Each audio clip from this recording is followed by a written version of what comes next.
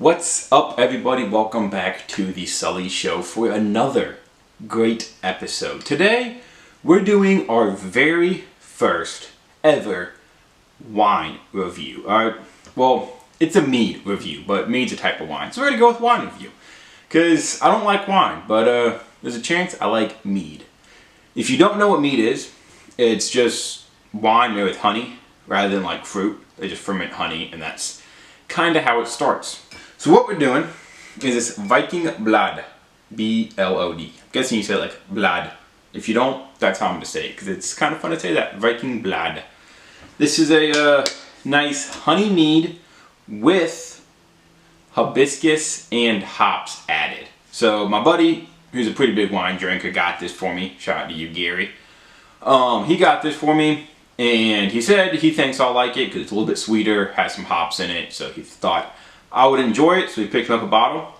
I want to know it's a pretty cool bottle. It's got a ceramic on it, pretty hefty, like sturdy, really neat bottle with the cork. You gotta love that. It smells pretty dang good, it really does. It smells like wine, but smells like sweet wine. But we'll get into that in a minute, obviously. It is 19% alcohol. I believe he said he paid $23 for this bottle right here, and it is based on a recipe from about the year 1700. On the back of it, it has a whole history, but I won't read you all that because I'm not very good at reading. You probably don't want to just sit here and while I read you this whole back of the thing. But it does say that you can drink this 3 ways. You can either drink it just room temperature, nice and warm. You can drink it with some ice, or it says for the winter warm drink, to put it in a mug or to warm it up, not boil it, but warm it up and put it in a mug. So we're going to try all 3 methods and see which one we like best. So let's go ahead and hop on into it. We got our wine glass here. Cool Celebrate. It's the only wine glass I own. Like I said, I don't drink wine.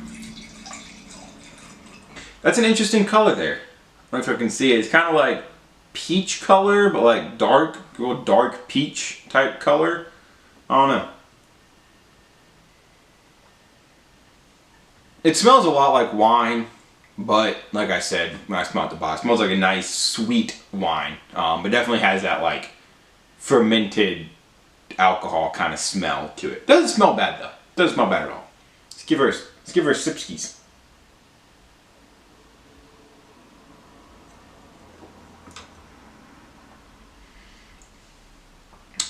I don't know if y'all are drinking wine much, but you know how wine has that like weird burn to it? Like, it's not like an alcohol burn, especially red wines for me. Like, it's not an alcohol burn. It's just like the wine just feels weird when like you first drink it. Like, it's just like on the lips and very funny mouth. The wine just feels weird and like spicy almost. I don't really know, but it has that same feeling. But other than that, it's actually fairly good. It's fairly sweet.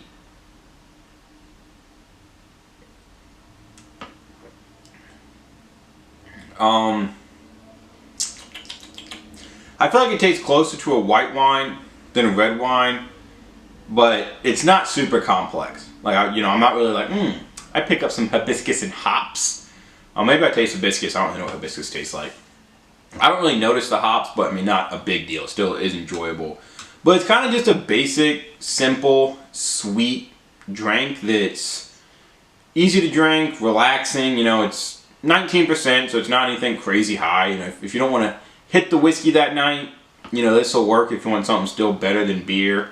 Whatever it is, I'm sure this would enhance some foods. If you have some real like salty cheese, I feel like that might go well with this or something like that. I don't know, I'm not really a pear kind of guy, or a pairing person particularly, but whatever y'all think, I'm sure you know more than I do.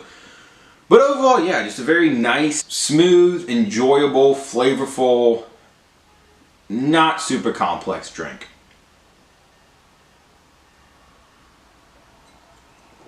It is pretty dang good. And like I said, it comes with a cool ceramic bottle that's definitely going on my knick-knack shelf. But I'm going to put some ice in here. We're going to get this cooled down. We're going to try it again, see if anything changes. And then we're going to warm it up and try it. And I'm really excited for that. So we'll be right back with y'all. Alright, and we are back. with our mead on some ice. Got it chilled out. See how it is? Hold on, it keeps sticking to the side. There we go. It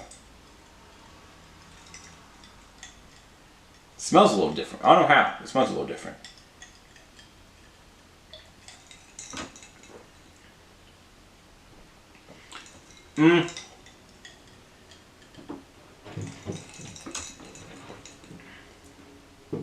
It kind of tastes the same, just a little bit weaker, a little bit more watered down.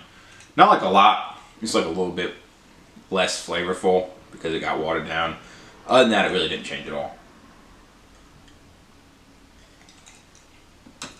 So I mean, I guess if it's like summer and it's really hot and you want to drink this, but you want a cold drink, you can put it on ice. It's still good, it's still tasty. It's just a little bit watered down. That's really it. Other than that, wouldn't really. I mean, you might as well just drink it room temperature rather than water it down, in my opinion. But if you want it cold, you can put some ice in it. You're not going to ruin it. You're not going to make it better either. It's personal preference at that point. You know, it is what it is.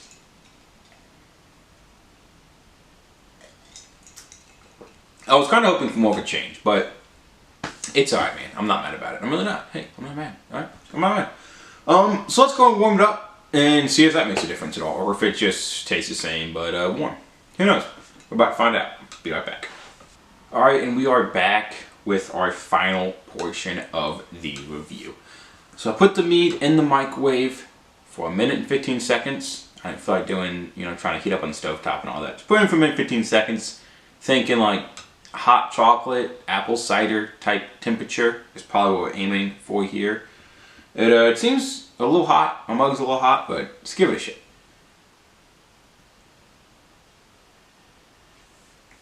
It is very hot. That's bad. Maybe it's because I did it in the microwave. Maybe if you do it with stovetop, it's better, but I doubt it. I mean, hot's hot, right? But it tastes way different.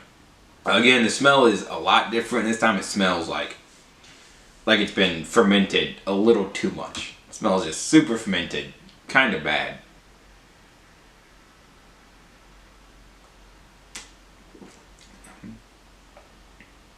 And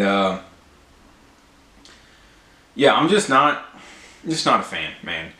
The flavors have kind of changed. It's not quite as sweet.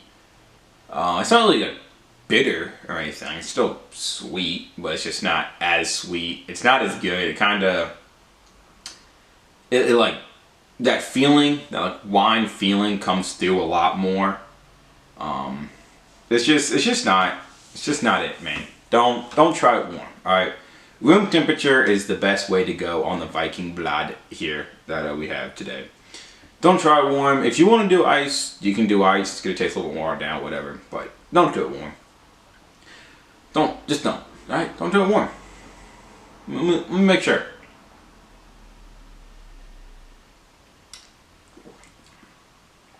Yeah. Nope. So yeah, no warm, but ice and room temperature is okay. But that's about this. Wraps it up for this episode of The Sully Show. Thank you so much for tuning in. Go check out some of my other videos. Go check out my Instagram page, The Sully Show. Links in the bio. I put some quicker reviews and whatnot up on there. So make sure to check that out. Like this video, comment on it, subscribe, and go out some other ones. Tune in for the next one, and keep drinking. Cheers.